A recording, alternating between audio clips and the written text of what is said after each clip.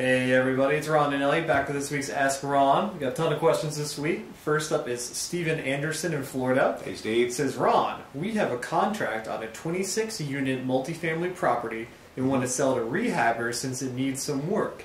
What is the best way to find some buyers for this project? Well, obviously you get started by putting it on Craigslist, and you know, it might pay you to rent a list of current landlords, but I don't know, that's kind of a shot in the dark. If it were me, I would look into listing it with a commercial broker, if you want to know the truth, Steve. Here's the thing, they got the list of buyers.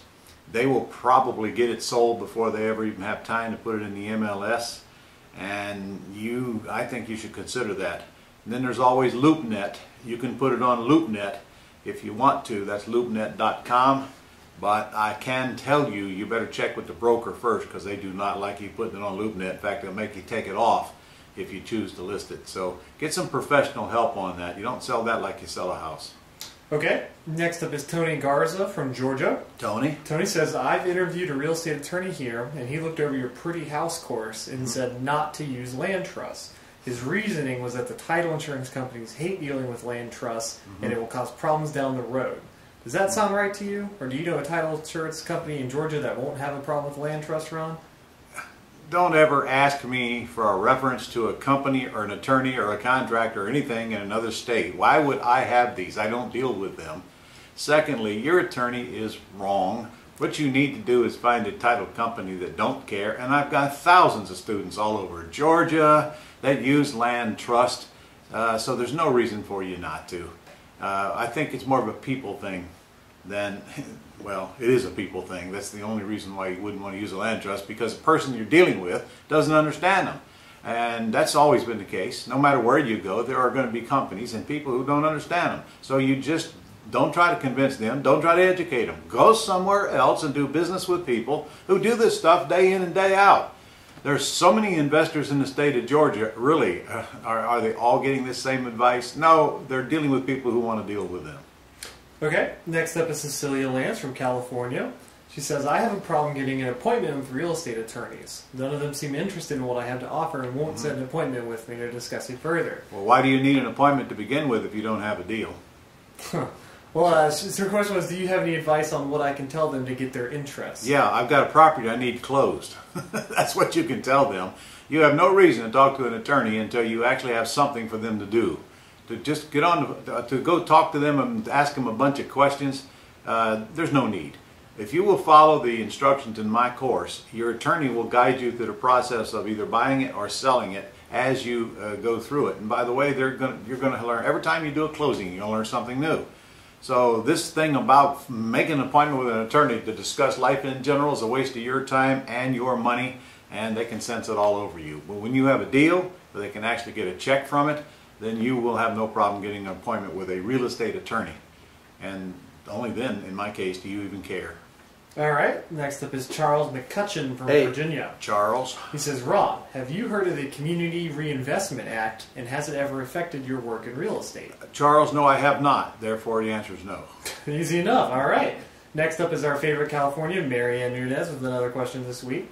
She says, in your terms course, it says our target should be in the price range of 75% of the median price in our area and higher. Can you give a math example so I can understand how to come up with the 75% amount? Oh, come on, Marianne. Give me a break. Here's what you do. Here, watch me. I forgot, what city is Marianne in? Do we know?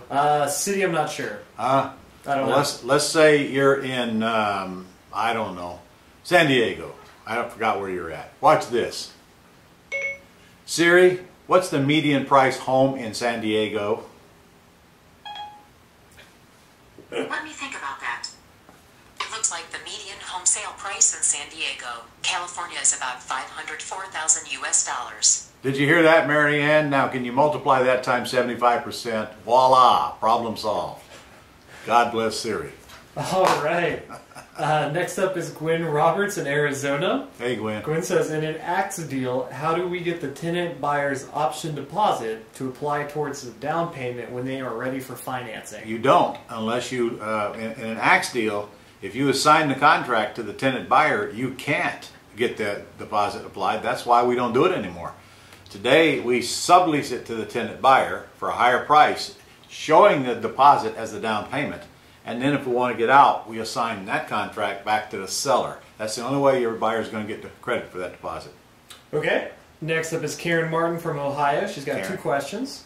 First question says, my husband is a realtor, and I'd like to capitalize on his status and connections by pursuing a few houses that have been on the market for over a year.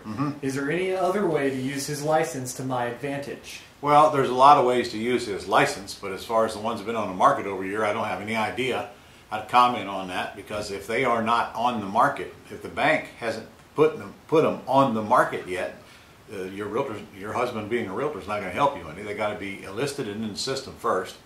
However, your husband can also help you find bargains that are in the MLS. The MLS is sitting right there in front of him all times.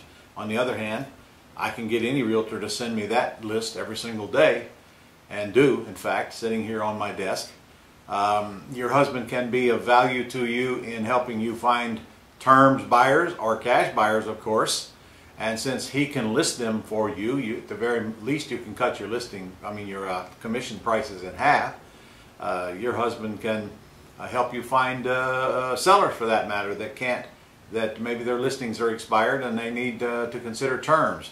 Your husband can do all of those kinds of things, but just remember, your husband having a license very well may mean that if you operate a business that he is in any way involved in, you may have to comply with his licensing rules. He should ask his broker about that. For example, suppose I want to mail yellow letters. If my husband's an agent and he's going to have anything to do with my business, I believe you're going to have to tell people in the yellow letter that he's licensed. Again, I don't know that for sure in California, so you're going to have to check that out on your own. Okay, her second question says, how do I structure the listing agent's commission on a lease purchase and on seller financing so I don't give up the entire payment? I pay them 25% of the cash they bring to the table.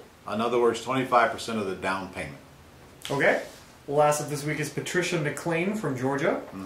First question from Patricia says, when you are putting together a contract, do you put the name of your LLC as the buyer or seller? Yes. And then sign your name on the signature page? As manager. What name will the check be in when it comes to you? The LLC. Okay. Her second question is, if I buy a house subject to and sell with owner financing, what form would I use for the buyer, and what do I present to my attorney? You use a purchase and sale agreement to buy it, and another purchase and sale agreement to sell it. It's the same agreement. It's just how you fill it out, and that's what your attorney gets. Okay, Ron, that's all the questions we have this week. Okay, see you guys next week.